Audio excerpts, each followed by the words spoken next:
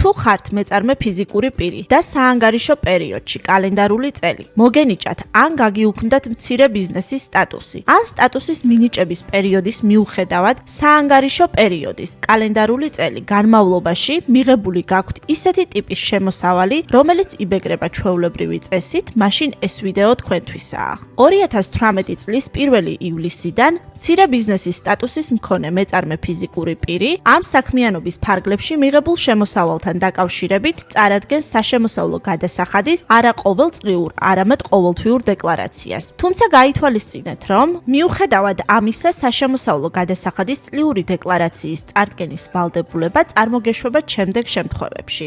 პირველი, თუ ხართ მეწარმე ფიზიკური პირი და საანგარიშო პერიოდში მოგენიჭათ მცირე ბიზნესის სტატუსი, არასრულ საგადასახადო პერიოდში 1 იანვრიდან სტატუსის მინიჭების თვემდე მიღებული შემოსავლების შესახებ საშემოსავლო გადასახადის წლიურ დეკლარაციას წარადგენთ მომდევნო წლის 1 აპრილამდე. მოცემულ შემთხვევაში ავსებთ საშემოსავლო გადასახადის წლიური დეკლარაციის მესამე ნაწილს. ამასთან გაითვალისწინეთ, რომ დეკლარაციის მე-15 უჯრაში არ შეიტანება მცირე ბიზნესის სპეციალური რეჟიმით დაბეგვრას დაქვემდებარებული შემოსავალი, რომელიც ასახულია მცირე ბიზნესის საშემოსავლო გადასახადის ყოველთვიურ დეკლარაციებში.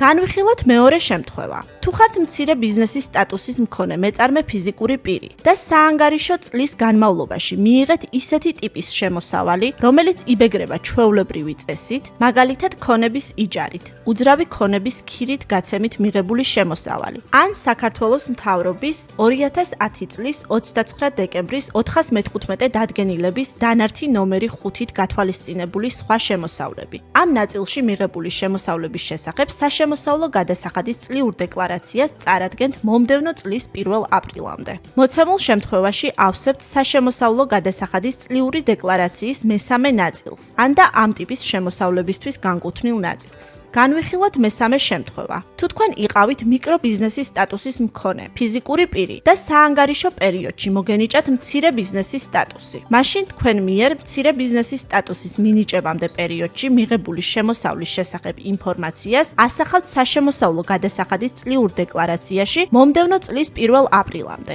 ამასთან ეს შემოსავალი ექვემდებარება დაბეგვრას მიკრობიზნესისთვის დადგენილი წესის შესაბამისად. მაგალითად, თუ თქვენ საანგარიშო წლის 25 ნოემბერს მიკრობიზნესის სტატუსის გაუქმებისა და მცირე ბიზნესის სტატუსის მინიჭების მოთხოვნით მიმართეთ შემოსავლების სამსახურს და მცირე ბიზნესის სტატუსი მოგენიჭათ 1 დეკემბრიდან. ამასთან 1 იანვრიდან 25 ნოემბრამდე მიკრობიზნესის სტატუსის ფარგლებში მიღებული შემოსავალი შეადგენდა 19,000 ლარს, ხოლო 25 ნოემბრიდან 1 დეკემბრამდე მიღებული შემოსავალი 1000 ლარს. მაშინ თქვენ მიერ 1 იანვრიდან 1 დეკემბრამდე მიღებული შემოსავალი 20,000 ლარი დაექვემდებარება დაბეგვრას მიკრობიზნესისთვის დადგენილი წესის შესაბამისად. განვიხილოთ აღნიშნულ შემთხვევაში დეკლარაციის შევსების წესი. საშემოსავლო გადასახადის წლიური დეკლარაციის ადანარჩი ბიზნესის სტატუსის ნაწილში აირჩიეთ მიკრობიზნესის სტატუსი. მეორე გრაფაში მიუთითეთ 20,000. მერვე გრაფის პირველ სვეტში მიუთითეთ ადგილობრივი თვითმმართველი ერთეულის დასახელება, მაგალითად თბილისი. მერვე გრაფის მეორე სვეტში ჩაწერეთ 0 და დააწექით დამატების ღილაკს. ხოლო დეკლარაციის მესამე ნაწილის მე-15 გრაფაში ჩაწერეთ 20,000. გაითვალისწინეთ, თუ 2025 წლის 1 თებერვლიდან მიიღეთ შემოსავალი საქართველოს ეროვნული კლასიფიკატორით გათვალისწინებული შემდეგი მომსახურებებიდან: საცხოვრებელი და არასაცხოვრებელი შენობების მშენებლობა, სამოქალაქო მშენებლობა, სპეციალიზებული სამშენებლო მომსახურება. ამასთან ეს მომსახურება გაუწიეთ საწარმოს, ორგანიზაციას ან მეწარმე ფიზიკურ პირს. აღნიშნული შემოსავალი ექვემდებარება საერთო წესით დაბეგვრას და საშემოსავლო გადასახადის წლიურ დეკლარაციაში ასახვას. ასევე გაითვალისწინეთ, თუ თქვენ საანგარიშო წლის განმავლობაში გაგიუქმდათ მცირე ბიზნესის სტატუსი, თუმცა ამავე საანგარიშო წლის განმავლობაში სარგებლობდით მიკრობიზნესის სტატუსით, ან და მიიღეთ შემოსავალი როგორც მეწარმე ფიზიკურმა პირმა, ან და გქონდათ ჩვეულებრივი რეჟიმით დაბეგვრას დაქვემდებარებული შემოსავალი. მცირე ბიზნესის საშემოსავლო გადასახადის ყოველთვიური დეკლარაციის გარდა წარმოგეშვებათ ასევე საშემოსავლო გადასახადის წლიური დეკლარაციის შევსების ვალდებულებაც. საანგარიშო წლის განმავლობაში არსებული სტატუსის და მიღებული შემოსავლის გათვალისწინებით ავსებთ დეკლარაციის მესამე ნაწილს. დანართ 100 ან და დანართ ბეს.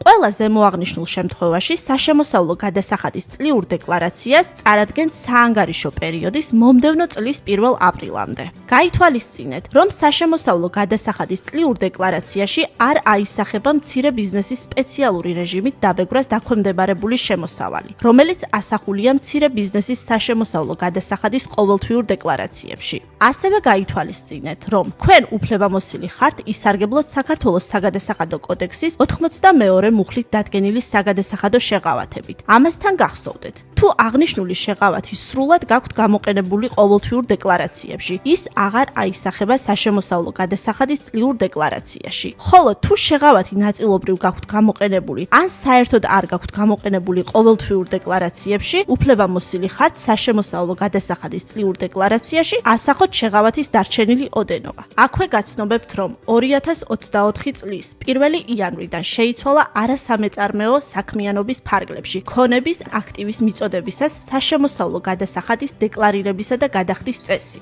კერძოდ, ფიზიკური პირი, მათ შორის არარეზიდენტი ფიზიკური პირი, რომელიც ახორციელებს არასამეწარმეო საქმიანობის ფარგლებში ქონების აქტივის მიწოდებას, ამ ქონების აქტივის მიწოდებით ნამეტის შემოსავლის მიღების შემთხვევაში ვალდებულია საგადასახადო ორგანოს წარუდგინოს ფიზიკური პირის მიერ ქონების აქტივის მიწოდებაზე საშემოსავლო გადასახადის დეკლარაცია. არაუგვიანეს საანგარიშო თვის მომდევნო თვის 15 რიცხვისა. ამასთან არარეზიდენტი ფიზიკური პირის მიერ ქონების აქტივის მიწოდებით მიღებული ნამეტი შემოსავალი საშემოსავლო გადასახადით იბეგრება მხოლოდ იმ შემთხვევაში, თუ იგი განეკუთვნება საქართველოში არსებული წყაროდან მიღებულ შემოსავალს. ხოლო იმ შემთხვევაში, თუ ფიზიკური პირის მიერ არასამეწარმეო საქმიანობის ფარგლებში ქონების აქტივის რეალიზაცია განხორციელდა 2023 წლის საანგარიშო პერიოდში, აღნიშნული უნდა ასახოთ 2023 წლის საშემოსავლო გადასახადის წლიურ დეკლარაციაში მოცემულ ვიდეო ინსტრუქციაში განხილული მეორე მაგალითის მსგავსად. შემოსავლების სამსახური გისურვებთ წარმატებას.